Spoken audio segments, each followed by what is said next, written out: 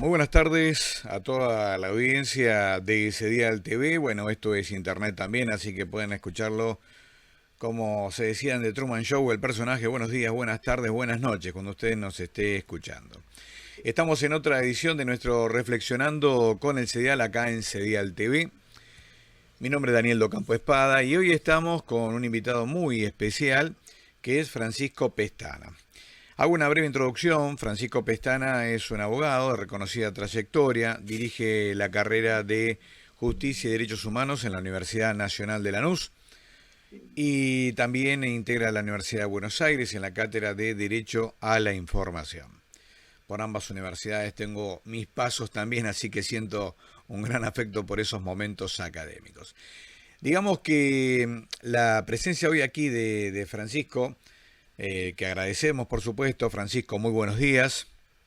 Muy buenos días, ¿qué tal? ¿Cómo Gracias, andas? gracias por hacernos un espacio en tu agenda apretada. Bueno, pudimos grabar muy temprano este reportaje. El motivo que tenemos acá es que ustedes habrán visto en las notas que aparecen en cedial.com.ar. Nuestra organización ha sido invitada gentilmente y pasamos a integrar lo que se llama por ahora Grupo Alberti. El Grupo Alberti es un grupo de instituciones de las mismas características que Cedial y nos estamos refiriendo, por ejemplo, también, a ver, esperen, acá ya necesito mis anteojos, nos estamos refiriendo a IPLAC, que es el Instituto Pedagógico Latinoamericano y del Caribe, CENI, que es el Centro de Estudios Nacionales Iberoamericano, el Centro de Estudios Manuel Ugarte, AMAUTA, de la Ciudad de Buenos Aires, y por supuesto nosotros, el CEDEAL. Con Francisco Pestana comienza un ciclo de charlas que se van a dar a lo largo del año 2025 en Alberti 38, y la primera es este miércoles 12. Y obviamente todas están dentro del eje del pensamiento nacional. En el caso de Francisco, va a comenzar con un título que es la reconstrucción del movimiento nacional. Estoy acertado, ¿no, Francisco, en lo que estoy diciendo? Exacto, es así. Ante todo, muchas gracias a vos eh, por la oportunidad de comunicarme a través de este medio y además como partícipe su, este, su agrupamiento, su institución, mejor dicho, el Grupo Alberti, también un doble agradecimiento. Sí, es cierto, en una reunión, en varias reuniones que estuvimos compartiendo con quienes dirigen eh, el grupo Alberdi, surgió la necesidad de tratar de reflexionar entre todos, y por eso esta actividad del miércoles, en cómo de alguna manera visualizábamos la necesaria reconstrucción de un movimiento eh, nacional o de una fase del movimiento nacional que pudiera revertir total o parcialmente eh, digamos, todas las inducciones, las acciones este, y esta realidad que a veces aparece como distópica, Ujú. eh, que de alguna manera caracteriza al proceso político. Pero yo no hablaría solo del mileísmo o de la libertad avanza, sino también de un proceso que comenzó antes que emergiera la libertad avanza y que de alguna manera eh, eh, Milei y los suyos intentan llevar a la práctica, ¿no? No podemos comprender lo que está aconteciendo hoy sin retrotraernos un poco a la historia y a la experiencia comparada de cómo fueron formándose o constituyéndose primero como grupos de opinión y después como alternativas políticas, fenómenos como el de Milei en la actualidad, ¿no? No es una cuestión estrictamente argentina, aunque en la Argentina tenía unas características específicas, ¿no? Te hago una pregunta porque esta última edición del diario Le Monde Diplomatique, su director internacional, no el local, hizo una nota bastante importante donde explicaba cómo la sociología está viendo un cambio que seguramente tendremos que reentender quienes estamos dentro del pensamiento nacional, donde por ejemplo hacía un análisis político, pero demográfico, ¿no? Donde ver que, por ejemplo, la Agrupación Nacional, que es el nuevo nombre del partido de Jean-Marie Le Pen, que es un partido de ultraderecha, de golpe, al igual que quizás habrá que entender acá qué está pasando con este fenómeno, como vos decís, distópico o disruptivo, que se ha convertido el mileísmo, si es que ya le podemos poner nombre de movimiento, digamos. Eh, Hay que ver cuánto dura, porque hablábamos del macrismo y hoy por hoy el macrismo está medio en vías de extinción, así que vamos a ver si por ahora hablamos del mileísmo. Este de que pareciera que hubiera una ruptura de segmentaciones que eran fáciles a la distancia, ¿no? O más claras de hacer, de por ejemplo sectores populares votando al peronismo y sectores medio burocráticos y altos votando al antiperonismo. Eh, ¿Cómo entendemos esta realidad que evidentemente es más confusa? Se nota de golpe, mira, yo te digo algo, yo fui cronista parlamentario muchos años y le comentaba acá en la redacción, bueno, del medio en el que yo trabajo, digo, yo noté un cambio y entiéndaseme que no estoy haciendo nada discriminatorio, ¿no? Pero yo veía algunos acentos regionales de lugares, cuestiones, y acá puede, por favor, bueno, no está ahí nadie, pero por favor esto, no lo malinterpreten, pero biotipos que uno diría claramente son sectores populares y que votarían al peronismo, y sin embargo defendiendo las ideas de lo que básicamente decíamos la oligarquía o ultraderecha. Te tiro una punta sola, por sus camisas extremadamente blancas, y sus formas de hablar y sus posiciones ultraconservadoras, inclusive en aspectos religiosos, yo no digo, parecería como si hay algo que no estamos viendo ahí, que es el evangelismo, que está por detrás trazando nuevos mapas de creencias. ¿Estamos en un momento de ebullición? ¿Estamos en un momento de recambio violento que todavía estamos tratando de comprender? Bueno, estamos en tiempos de lo que se denomina la transición entre el capitalismo financiero comercial al financiero tecnológico. Es decir, a veces nos cuesta, y eso es lógico que así suceda, tomar conciencia de fenómenos que están eh, sucediendo, aconteciendo a nivel universal, pero que tienen alto impacto, lógicamente, a nivel local. Es decir, nosotros estamos viviendo un proceso de transición digamos, dos etapas o fases de lo que conocemos como sistema capitalista, y de alguna manera, una de las características del proceso de expansión capitalista que aparece como dominando el presente y el futuro, tiene mucho que ver con, digamos, herramientas que han sido producidas o generadas por el desarrollo tecnológico. Es decir, hace 30 o 40 años, eh, que todavía aún estábamos en el proceso de lo que se llama capitalismo comercial eh, o mercantil, Uh -huh. eh, no existían, o por lo menos comenzaban a generarse, a popularizarse una serie de herramientas de características tecnológicas y acompañando a esas herramientas de características tecnológicas nuevas estrategias de expansión. Esta vez a través de lo que denominamos cierta conquista de las subjetividades a partir de fundamentalmente de la emoción y la atención. Uh -huh. Hoy las redes sociales y todo el sistema de inteligencia artificial, las distintas redes con sus distintos formatos, eh, se alimentan de una materia prima que de alguna manera podría definirse como los datos. Los datos vendrían a ser el petróleo de ayer. La Big Los Data, datos, digamos, ¿no? La Big Data.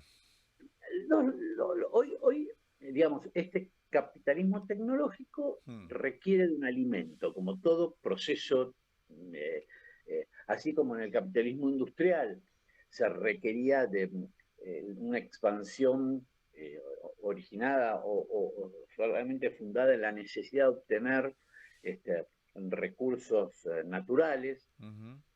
Este, Hoy el gran capital apunta a apropiarse de los datos. Es decir, y para poder apropiarse eficazmente de los datos, debe captar necesariamente nuestra atención. Y hay, digamos, fenómenos políticos que están asentados básicamente en este fenómeno que yo mencionaba antes.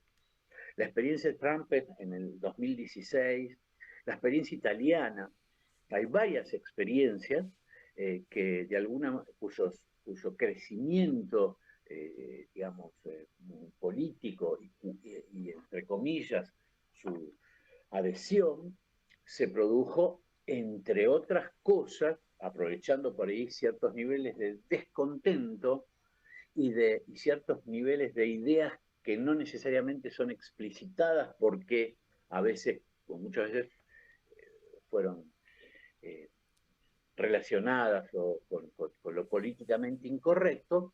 Bueno, este sistema los captó, los sedujo, Ujú. sedujo a muchas personas que estaban, que se sentían abandonados, que se sentían por fuera del sistema político y social de cada uno de los países, y eso emergió. Y lo que vos decís, de alguna manera, tiene que ver con un conato filosófico, es decir, la filosofía de cierta manera de la meritocracia, el crecimiento individual por sobre el comunitario, etcétera, etcétera, tienen mucho en común con estas religiones a las que vos hacías referencia. Es decir, es un proceso, el de Argentina, que no puede observarse estrictamente desde lo local. Es un fenómeno, uno podría decir, o una tentativa de tipo global, Es global. responde a una fase de, del capitalismo, y en los países periféricos requiere nuevamente, como requirió en tiempos atrás, de un proceso reflexivo que permita neutralizar algunos efectos absolutamente negativos, por lo menos en nuestro entender, de de este, de este fenómeno volcado masivamente a las redes con las cuales interactuamos todos los días, ¿no? Si uno se pone a pensar la cantidad de horas que, Sí. digamos, interactúa con, por ejemplo, su teléfono, y cómo esa información que circula a veces es falsa o contiene sesgos que uno no los puede percibir sin una mirada crítica. Ujú. Es decir, hoy estamos ante un fenómeno relativamente nuevo que hay que entenderlo, comprenderlo y en cierto sentido intentar neutralizarlo, fundamentalmente a partir del desarrollo del pensamiento crítico. No quiero hacer, como dicen los chicos, spoilear tu charla abierta al público, hay una inscripción previa, pero es gratuita y esto quiero aclararlo en Alberti 38 en la ciudad de Buenos Aires. Ahí el grupo Alberti está presentando la charla justamente de Francisco, del doctor Francisco Pestana con respecto a la reconstrucción del movimiento nacional. Vos recién acabas de mencionar de esto de la revolución industrial o el capitalismo industrial, ¿no? Justamente trajo como corolario que las masas, que hasta allí estaban dispersas en pequeñas aldeas, al demográficamente juntarse en ciudades, también dio una reacción que fueron movimientos de carácter colectivo, ¿no? Ideas colectivas.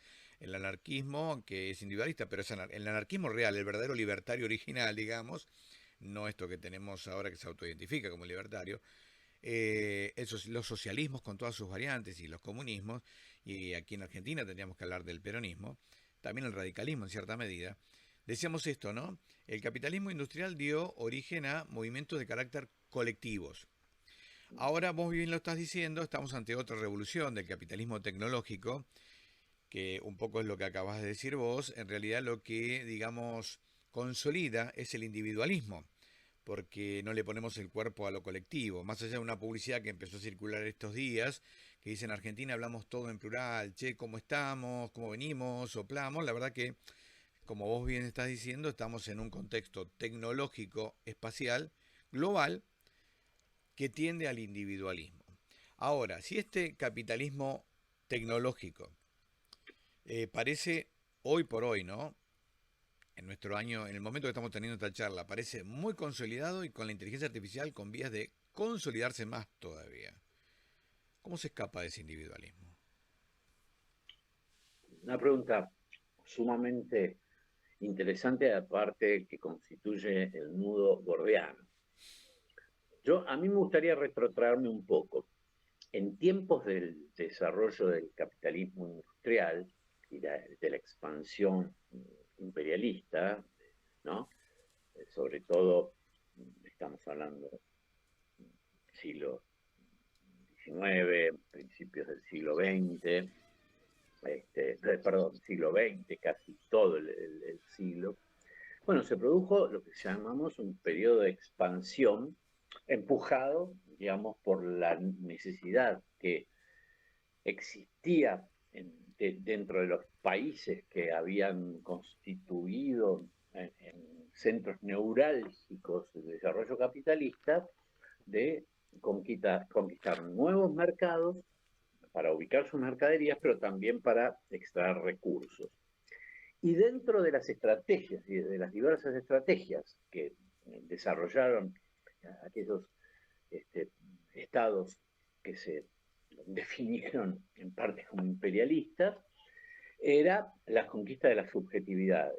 Ujú. Es decir, esto lo explicaba muy bien algunos autores del pensamiento nacional, que es una corriente de pensamiento que si bien no nace como respuesta al capitalismo industrial, porque tiene antecedentes un poquito anteriores, Ujú. sí se consolida, sobre todo en las primeras décadas del siglo pasado, como una matriz de reflexión crítica eh, eh, que surgía como decían aquellos autores, desde la periferia, es decir, de aquellos países que estaban sujetos o que eran víctimas de la expansión capitalista, como reacción, una reacción tratando de reflexionar críticamente cómo ese proceso de apoderamiento ilegítimo no solamente tenía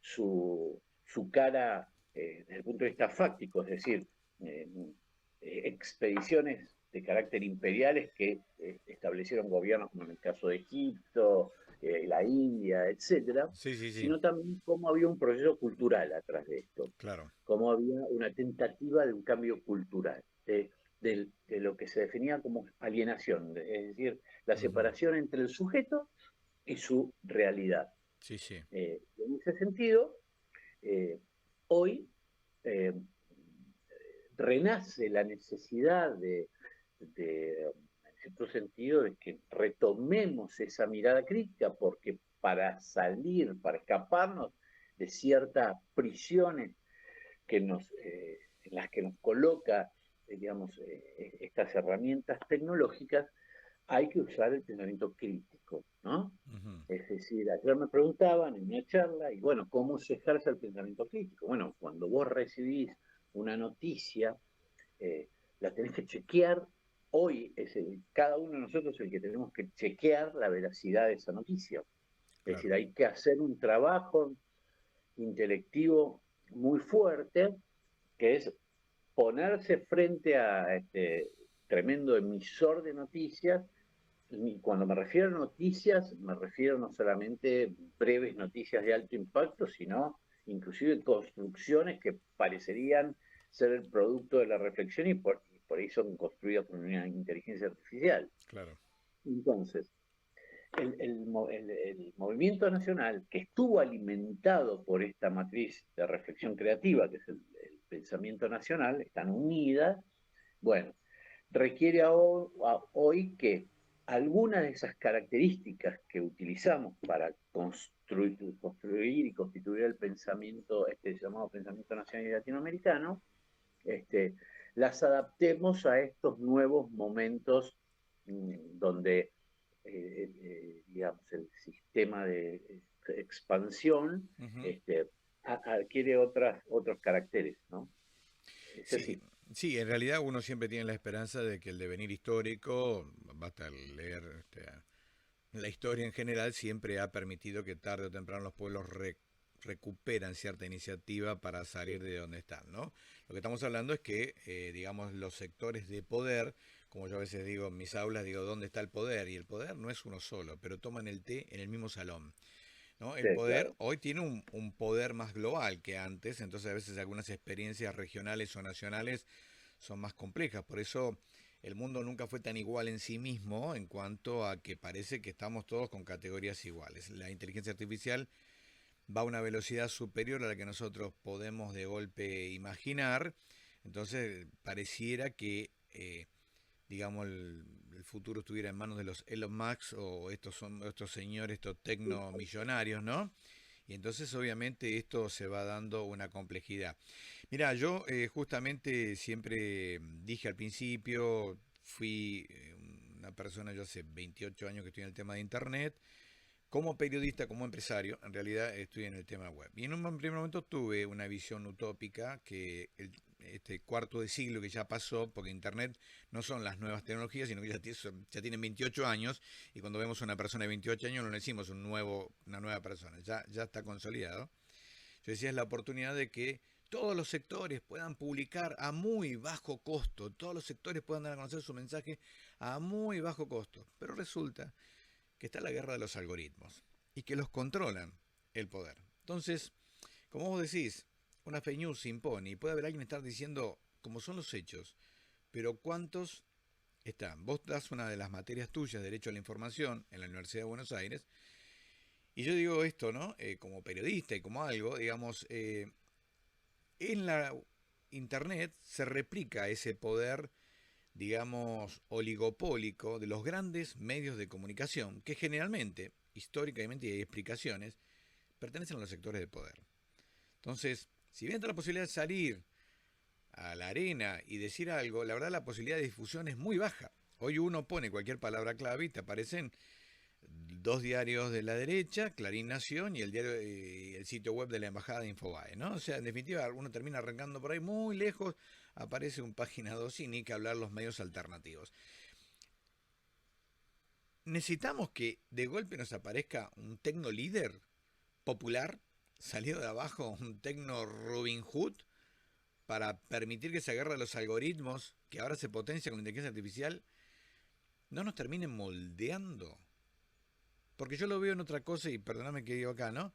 El hecho de, porque esta nueva tecnología han puesto en crisis el espacio intermedio entre el saber y el alumno, por ejemplo, en crisis al profesor, porque parece que el alumno pasa por arriba. Cuando un día un alumno me dice, profesor, se enteró que hoy Harvard eh, pone su primer profesor con inteligencia artificial, su primer robot, y le digo, sí, sí, me enteré, me dice, uy, su profesión está en peligro, ¿no? Digo, mira, quédate tranquilo que la tuya también. Porque así como reemplazan a un profesor, van a reemplazar a un licenciado. ¿Para qué te necesitarían a vos? Si no necesitamos licenciados, ¿para qué necesitamos profesores? Y es toda una cadena. ¿Vos sos optimista en que pueda haber alguna salida para la reconstrucción del movimiento nacional, que es un poco el título de tu charla del miércoles? Bueno, simplemente hay que hacer el ejercicio de pensar, por ejemplo, cuáles eran los sentimientos, cuáles eran las motivaciones, cuáles eran los interrogantes que se planteaban aquellos hombres y mujeres en la década del 30, donde la Argentina, digamos, estaba constituida tanto económica como culturalmente, como una semicolonia, llamaron algunos de los autores. Es decir, en la década del 30, y cuando uno lee sobre todo los hombres y las mujeres de la cultura, su producción, Ujú. o sea, claramente se deriva preguntas o interrogantes como el que vos estás planteando, ¿no?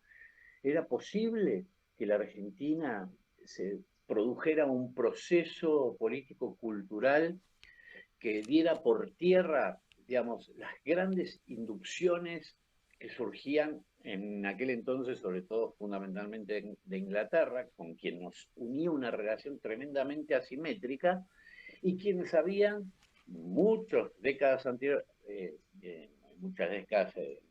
anteriores, constituido un sistema de pseudodependencia cultural que, digamos, alienaba el ser argentino, es decir, lo separaba este, de su realidad, de su ecosistema histórico, social y político. Vos sabés que esto llevó a Jaureche a escribir un libro que se llamaba Manual de Sonceras Argentinas, Por supuesto. donde gran parte este, de esas falsas ideas, de esas fake news, eran asumidas por muchos argentinos. Bueno, este país de mierda, Sí, sí. la constitución de una autoconciencia de barbarie. Es decir, el capitalismo industrial usó este tipo de herramientas eh, yo creo que nuestros autores y autores en aquella época tuvieron un profundo éxito en desentrañar estos mecanismos que estaban naturalizados y colocarlos en forma visible.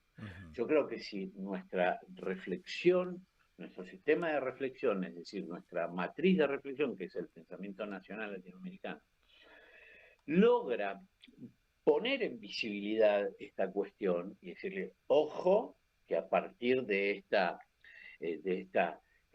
supuesta participación a la que te invitan las redes y los algoritmos, se esconde, digamos,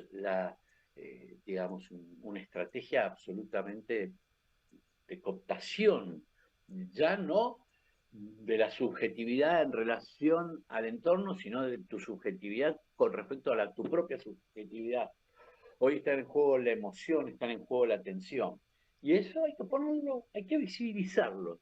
Y a partir de esa visibilización, podría ser que, digamos, los nuevos referentes del pensamiento nacional y latinoamericano, porque siempre, digamos, no hay que entender ni al peronismo ni al irigoyenismo como el producto de mentes iluminadas, sino que son acontecimientos históricos de profunda raigambre que están acompañados por una serie de respuestas y de reflexiones intelectuales y culturales. El peronismo vos no lo podés entender como digamos, el simple emerger de una persona con dotes extraordinarios, de un líder inclusive. Seguro. Tenés que ver todo el proceso anterior, y dentro de ese proceso anterior, el surgimiento de los Claro. dos movimientos, Seguro. hay una fuerte rechazo cultural a las nuevas inducciones que generaba, por ejemplo, el capitalismo industrial en aquellos tiempos.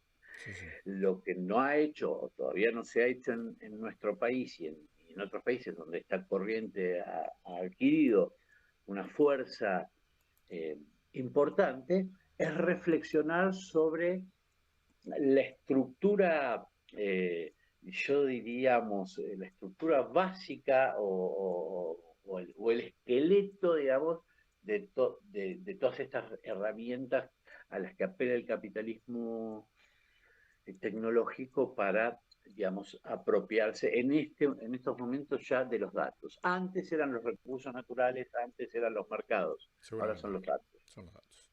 Bueno, espero que la audiencia se haya quedado con No ganas de sé si seguir te escuchando. entendió, porque es un tema un poco complejo, pero Sí. más o menos. No, y aparte quiero que la audiencia quede, digamos, con esto para seguir. Nosotros vamos a retransmitir luego en diferido la charla que vas a dar este miércoles 12 de marzo en Alberti 38, organizada por el Grupo Alberti, que es un conjunto de organizaciones del pensamiento nacional. Por supuesto que es un tema muy complejo, si no ya lo habríamos resuelto, ¿no? Francisco, el tema es así. Francisco, te quiero dar las gracias. Nuestro programa está llegando a su fin. Obviamente que tendríamos que estar horas y horas hablando de esto. Seguramente vamos a escuchar y ver tu charla de este próximo miércoles. Muchísimas gracias por haber estado con nosotros en Reflexionando con el Cereal, porque de eso se trata este ciclo, reflexionar, de reflexionar surgirán las ideas, se consolidarán y se modificarán, ¿sí? Así que te queremos agradecer por haber estado con nosotros.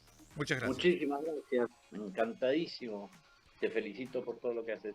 Gracias. Estuvimos con Francisco Pestana. Francisco Pestana es un abogado con importante inserción académica, actualmente en la Universidad Nacional de Lanús, en la Universidad de Buenos Aires, y por supuesto agradecemos que estuvo con nosotros en esta edición de Reflexionando con el CEDIAL, con este tema tan importante, la posibilidad o la necesidad o el cómo reconstruir el movimiento nacional. Mi nombre es Daniel Docampo Espada, muchísimas gracias por haber estado con nosotros. Esto fue Reflexionando con el CEDIAL, como siempre aquí en CEDIAL TV, en cedial.com.ar. Muchísimas gracias, muy buenas tardes.